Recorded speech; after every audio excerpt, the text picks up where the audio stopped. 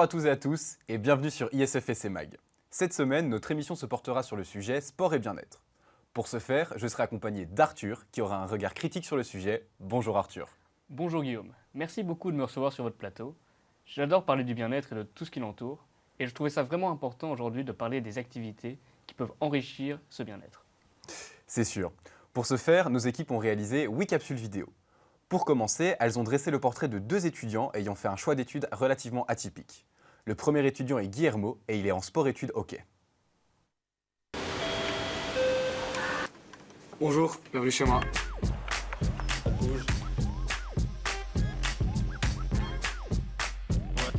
Je m'appelle Guillermo Hainaut, j'ai 21 ans. Je fais des études donc à Solvay, à l'ULB, en ingénieur de gestion. Là, je suis en BA3 et je joue au hockey avec le sport en SE1 et en équipe nationale. Vers mes 13-14 ans, quand j'ai commencé à être repris en équipe nationale, quand j'ai commencé à vraiment beaucoup m'entraîner, vers 14-15 ans, à commencer à jouer en équipe première, à m'entraîner avec eux, là, je commençais à croire que ça pouvait être sérieux. Mais voilà, donc ça fait quelques années où je me dis vraiment que je peux vraiment faire mon métier, mais je garde quand même mes études vraiment de côté par après parce que je sais que je pourrais pas en vivre toute ma vie.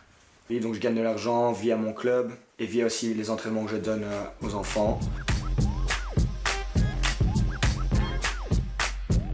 L'ULB est au courant de la situation et donc il y a plusieurs choses, plusieurs aménagements possibles à l'université. Donc on a une personne en contact à l'université vraiment avec qui tout doit passer via elle. Donc je peux alléger mes années. Donc là mes 3 années de bachelier je vais les faire en 4 années en divisant mes crédits sur chaque année. Je peux déplacer mes examens si je suis pas là, si j'ai une obligation due au hockey. Donc je peux les avancer ou les retarder. Et donc ça sera plus souvent alors des oraux. Et je peux être dispensé, alors je ne suis pas dispensé d'examen, mais je peux être dispensé de TP obligatoire, de cours obligatoires, de conférences auxquelles on doit assister. Et donc tout ça, il faut bien gérer avec l'université, mais c'est toute une question d'organisation. J'ai toujours été obligé de continuer mes études, mes parents ne veulent pas que j'arrête mes études, mais il n'y a pas d'ordre prioritaire, ils savent très bien que pour l'instant l'ordre prioritaire est le hockey, ils veulent juste que je finisse mes études, ils ne veulent pas juste que je fasse que du hockey et que j'arrête mes études, mais ils ne me poussent pas à finir mes études dans les 5 années qui arrivent ou quoi que ce soit. Je crois que le plus important c'est donc tout ce qui est organisation et donc essayer de garder un rythme de vie assez sain et assez cohérent, donc essayer de ne pas aller dormir trop tard tous les jours, essayer de se réveiller tôt. La première chose que je conseille à un jeune qui veut combiner les études et le sport de haut niveau, c'est d'en parler avec ses parents, parler avec ses proches, parler avec des gens qui ont déjà de l'expérience, qui font déjà ça, des gens qui connaissent, que ce soit à l'UNIF ou que ce soit dans le sport. J'aimerais bien faire du hockey mon métier, jusqu'à le plus longtemps possible. Et une fois que ça s'arrête, alors je verrai si soit je continue dans le hockey, que ce soit dans le coaching ou dans les plus jeunes ou quoi que ce soit, ou alors si je m'oriente par rapport à ce que j'ai fait comme étude. Mes objectifs à plus court terme là maintenant, c'est de jouer la Coupe du Monde du 21 qui arrive là maintenant en décembre en Malaisie et d'y prester, donc de faire un bon résultat. Et par après, c'est de rejoindre officiellement le groupe des Red Lions, donc de l'équipe nationale adulte le plus rapidement possible. Paris 2024 me semble un peu tôt, mais il y a la Coupe du Monde 2026 à Bruxelles. Celle-là, ça c'est vraiment mon gros objectif. Et après, Los Angeles 2028, c'est vraiment 2 objectifs que je veux vraiment atteindre. Ouais, il faut beaucoup de courage pour avoir ce mode de vie, je pense. C'est clair, jongler entre vie privée et vie professionnelle ne doit pas être facile. Et toi Arthur, est-ce que tu avais quelques activités extrascolaires lorsque tu étais étudiant? Oui, tout à fait. Je suivais des cours de dessin le soir en promotion sociale à Saint-Luc et c'était chaque lundi, mardi, mercredi et jeudi. Ah oui, et tu arrivais à jongler avec les cours, ta vie sociale et ta vie privée? Eh bien, c'était ça le problème. Mon horaire était complet chaque semaine et donc ça devenait vraiment compliqué de gérer ça. Et donc après une année, j'ai arrêté les cours. Mais maintenant, je continue à dessiner à mes heures perdues. Je comprends. Pour le deuxième profil, nous allons suivre Camille, une étudiante en infirmière, qui, vous le verrez, a fait un choix d'études complètement différent de Guillermo, mais doit se battre avec les mêmes enjeux.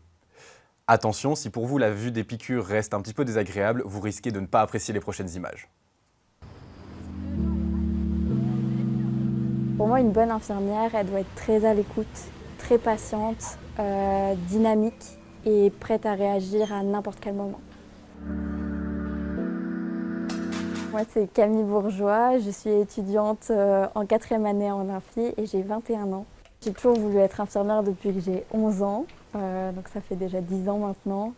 Et c'est suite à une petite histoire assez drôle avec quelqu'un que je connais qui s'est coupé et qui m'a appelée la petite infirmière et depuis j'ai toujours voulu être infirmière. Je souhaite faire une spécialisation en premier lieu pour la pédiatrie et pourquoi pas faire un master pour plus tard être infirmière-chef ou professeur. En tant qu'étudiant, c'est pas toujours facile, mais on voit qu'au niveau des infirmiers et infirmières aussi, les conditions sont parfois très difficiles, beaucoup de manque de personnel. Donc du coup, ça fait des répercussions sur les étudiants. Donc parfois, oui, c'est assez difficile de travailler dans le milieu hospitalier. J'ai eu plusieurs jobs étudiants, mais actuellement, je fais aide-soignante parce qu'on a le diplôme en première année. Et donc ça nous ouvre des portes et ça me permet de découvrir des hôpitaux, des services, pour savoir où c'est que je veux travailler plus tard.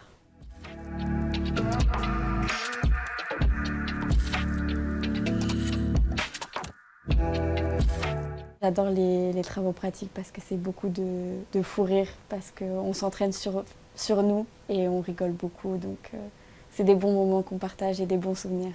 J'essaye de gérer mon stress, toute cette anxiété et toute cette pression qu'on a autour de ces études, justement en profitant, en voyant mes amis, en ayant beaucoup de loisirs et en passant du temps avec moi-même. C'est super important pour justement trouver un équilibre. J'ai déjà hésité à abandonner mes études parce que ce sont des études qui sont assez dures et dures psychologiquement, mais quand on a envie, on continue. Si j'ai un conseil à donner aux étudiants qui souhaitent faire infirmier, infirmière, foncez, c'est super intéressant, mais il faut être très fort mentalement et il faut penser à soi et trouver du moment pour soi aussi, faire des loisirs, faire des activités, c'est super important si on veut y arriver, sinon on n'y arrivera pas.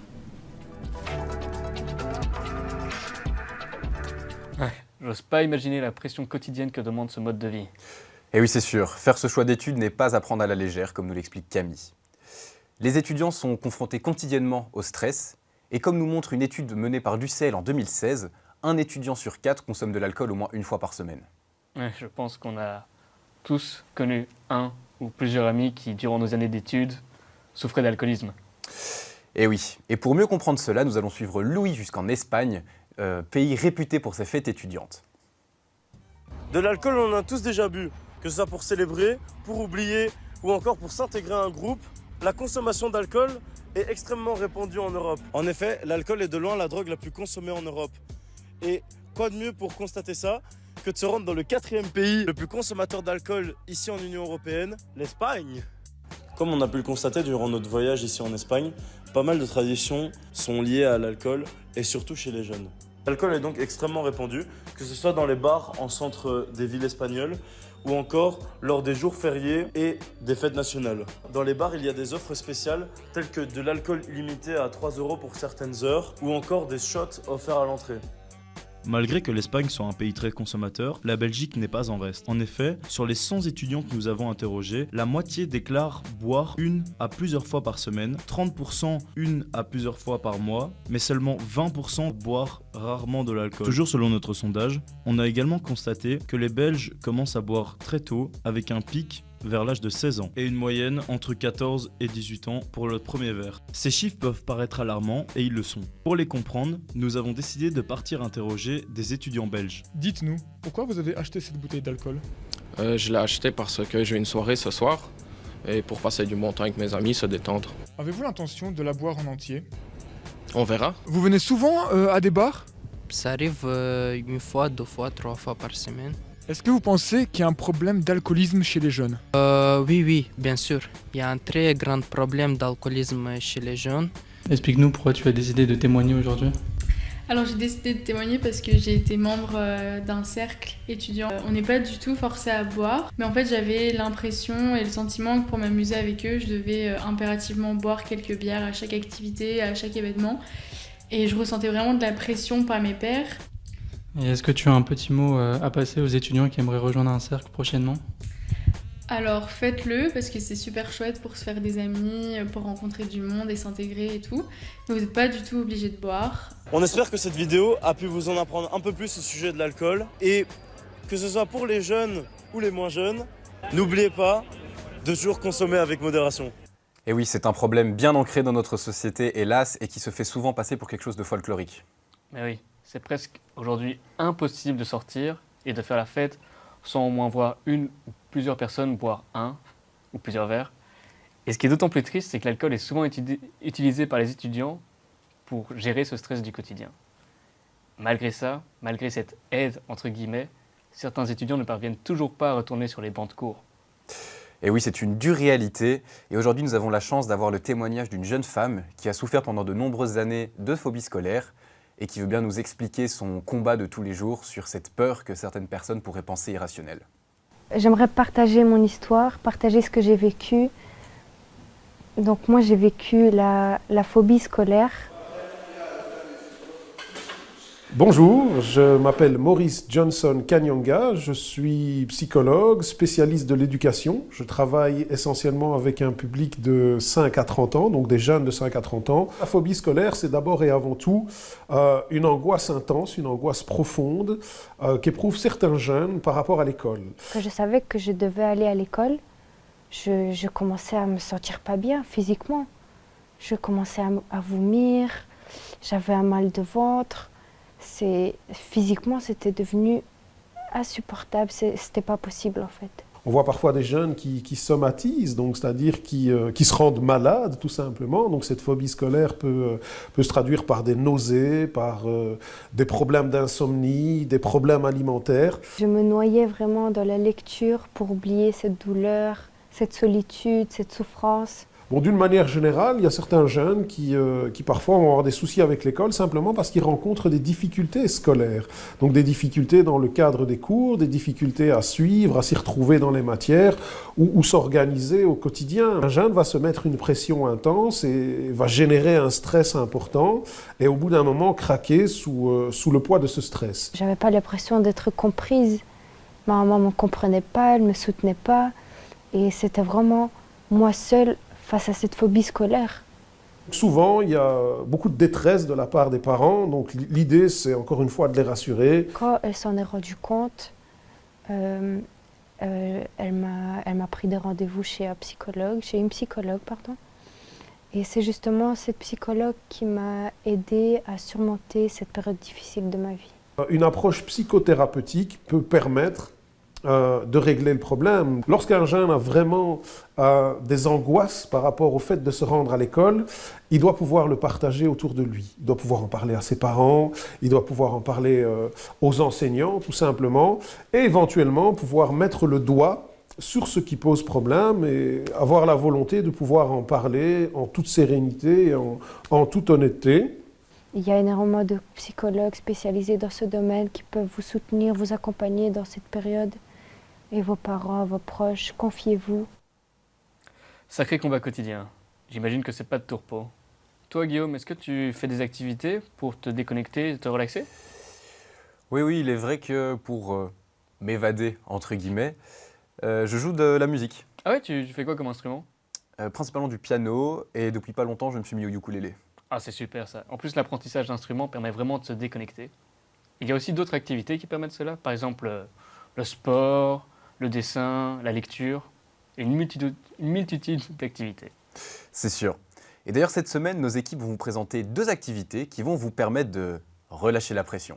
Nous commençons par une petite visite d'un dojo où nous allons suivre un cours de yoga. Le yoga est une discipline qui peut sembler mystérieuse au premier abord. Elle est pratiquée par des millions d'utilisateurs chaque jour. Cette pratique aurait des effets bénéfiques sur notre santé mentale, mais aussi physique. Qu'en est-il vraiment ? Notre équipe a mené l'enquête.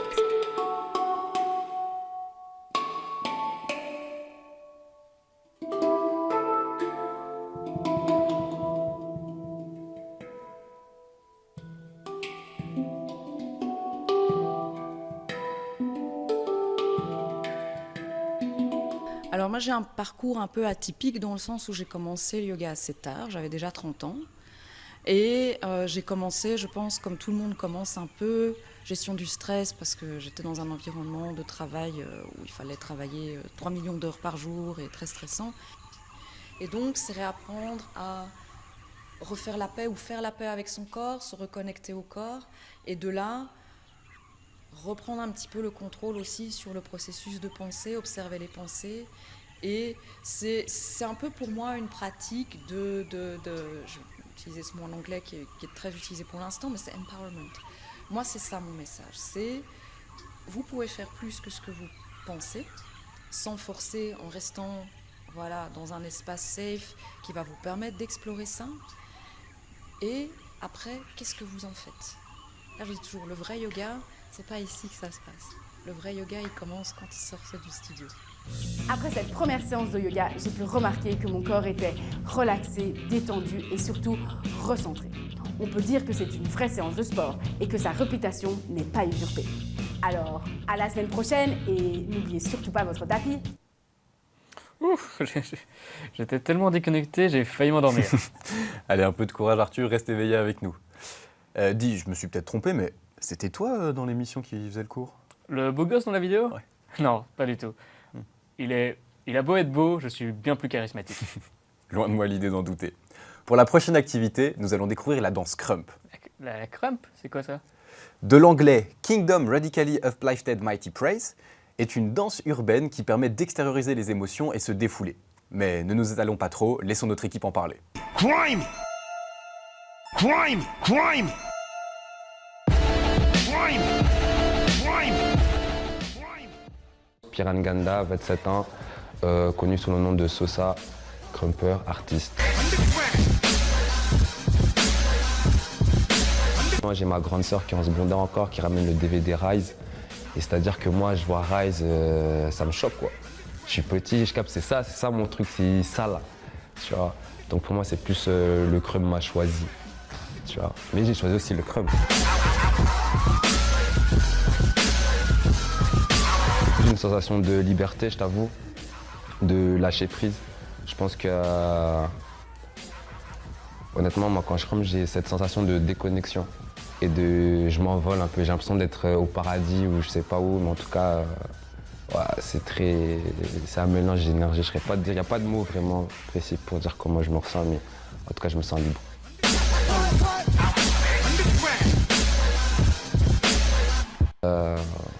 La personnalité, l'authenticité, je pense que c'est ça qui fait que quand tu vois une personne, tu te dis ah ouais, elle est spéciale. Tu vois, tout le monde sait danser le crump, tout le monde connaît les bases de crump, mais qu'est-ce que tu as en plus? Et je pense que l'authenticité et l'originalité, ça rajoute ce truc qui fait que ça tape à l'œil.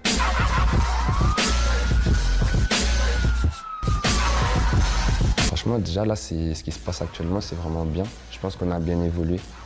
Déjà que le crump, c'est une danse très jeune, ça fait que 20 ans. Et aujourd'hui, on a la chance de voir le crump dans des théâtres, de voir du crump au cinéma, sur Netflix, dans des clips de rap. Donc je pense que ça évolue pas mal. Et je pense que la nouvelle génération, elle a les épaules pour même faire mieux que nous. Donc déjà, quand je vois le présent, je suis satisfait. Il faut avoir les bases, les stomps, les chest pop, les arm swing. Tu vois, les bases. Si t'as pas les bases, c'est KO.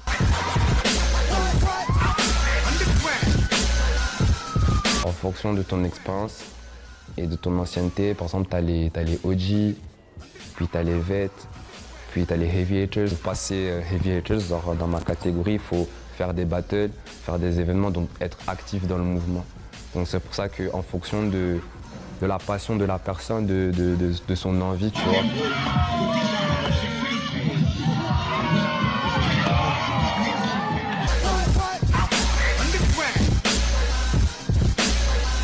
Quand on a créé ça, c'était vraiment de pouvoir donner l'opportunité aux Belges de savoir qu'il y a du crump et de savoir qu'on peut retrouver le crump. En tout cas, avoir un accès assez facile pour pouvoir communiquer ensemble et se retrouver quelque part, quoi. Donc c'est vraiment ça, quoi, la mission principale. Crime! Crime! Crime! Crime! Crime! Crime! Beaucoup plus compliqué de dormir ici, Arthur. Hein. Ouais, c'était vraiment énergétique. J'ai même eu l'impression qu'ils allaient se battre. Et pourtant, c'est une danse qui se veut pacifiste. Mais bon, lorsque certains préfèrent se défouler sur la piste de danse, d'autres vont enfiler des gants de boxe et montent sur le ring. Ouais, surtout que la pratique d'un sport de combat est vraiment géniale car elle permet vraiment d'avoir une discipline physique mais également mentale. Et c'est pourquoi notre prochain sujet sera le MMA. Je m'appelle Maziad Joua, j'ai été plusieurs fois champion de Belgique et champion d'Europe en MMA. Alors quand tu rentres dans la cage, vraiment, tu joues ta vie en fait. Expose-le! En face de toi, tu ne sais pas ce qui va se passer, il y a un seul vainqueur, donc tu deviens une bête sauvage. Il y a toujours de la peur avant de monter. Mais quand tu montes, c'est fini. qui veut dire que si tu as peur, tu as un adversaire en plus sur le ring. Ma carrière, elle avait super bien commencé et puis j'ai eu un match où, gros accident. J'ai dû faire un cutting avant le match, perdre 7 kilos en 7 jours. Je suis monté sur le ring, j'étais l'ombre de moi-même. Plus de force, plus rien dans les bras, plus rien dans les jambes. Le gars m'a attrapé, m'a éclaté au sol, fracture clavicule, nez, KO. À ce moment-là, tu vois tout blanc, puis tu vois tout noir. Il n'y a pas de petites étoiles comme ils disent. Et vraiment, là, je me suis remis en question, je pensais à ma famille, je venais d'être père aussi, je pensais à ma petite fille et que je ne pouvais pas continuer comme ça.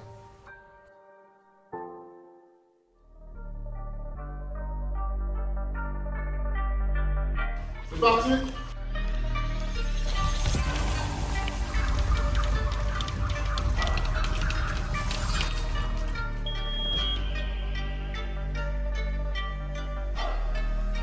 Donc notre salle d'entraînement, comme vous pouvez le constater, il n'y a pas des rings, des octogones, des sacs de frappe. Donc on n'a pas de grands moyens. Mais par contre, ça ne nous a pas empêché d'aller chercher les titres et les victoires, même à l'international. Parce que ce qui importe pour nous, pour un combattant, c'est la détermination et la passion. Quand on nous voit nous battre ici entre nous, on pourrait croire qu'on est des ennemis. Mais c'est juste qu'on se donne à fond, c'est l'entraînement. Car plus on souffre ici, et plus ce sera facile le jour du combat. On sera plus à l'aise, on sera plus en confiance et on n'aura pas peur. Notre coach il nous dit toujours d'essayer de prendre plaisir lorsqu'on combat, sur le ring ou dans la cage. Je pense qu'elle a raison parce que le but avant tout c'est de faire ce qu'on aime. Je me suis dit, pour les prochains qui arrivent, les prochains combattants, les prévenir du danger que ça représente de faire un cutting, de changer de peau aussi rapidement. Et voilà, donc maintenant c'est ce que je prends vraiment comme mission, prévenir les prochains combattants les plus jeunes qu'il y a des choses qui sont pas favorables au corps humain. La Belgian Sound Academy, c'est vraiment une grande famille. Ils sont un réel soutien pour moi. Ici on se sent vraiment comme une famille. Oula, le MMA est un peu trop violent pour moi, je pense. Tu n'es pas un combattant, n'est-ce pas Arthur? Non, je pense que je suis quelqu'un d'un peu trop zen pour ça. Je pense surtout que tous les conflits peuvent être réglés en utilisant nos mots. Et c'est ça qu'il faut retenir. Pour la prochaine et dernière capsule vidéo, nous allons rencontrer l'ancien numéro 1 mondial du tennis paralympique, Joachim Gérard. Durant son enfance, celui-ci, suite à une maladie, doit se déplacer maintenant en chaise roulante. Mais vous allez voir qu'il a réussi à tourner cet handicap en une réelle force. Je m'appelle Joachim Gérard, j'ai 35 ans, joueur de tennis en fauteuil professionnel, actuellement 5e mondial, numéro 1 belge.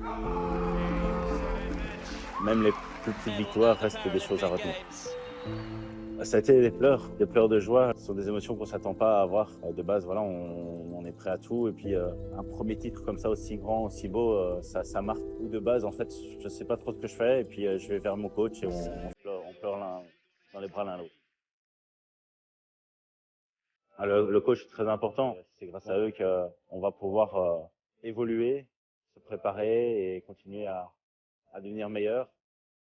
Voilà, on va s'entraîner tous les jours, 1 à 2 fois tennistiquement, surtout physiquement où là il y a beaucoup d'entretien. C'est pas nécessairement que soulever de la fonte. Et puis après il y a aussi le mental qui a à faire là-dedans. Donc on a souvent des journées assez complètes. Il y a le fauteuil qui a un matériel à part. Ça, c'est l'équivalent des chaussures vraiment pour les valides. Suite à une opération, je me suis retrouvé en fauteuil pendant un certain temps. Durant ce laps de temps, en fait, où je me suis retrouvé en fauteuil, j'ai essayé le tennis en fauteuil et j'ai tout de suite accroché. Tous les sports paralympiques peuvent venir en parallèle avec les sports traditionnels. Les spécificités sont quasi toutes les mêmes. Il y a toujours des toutes petites adaptations pour les sports. La manière dont on va jouer est quasi pareille.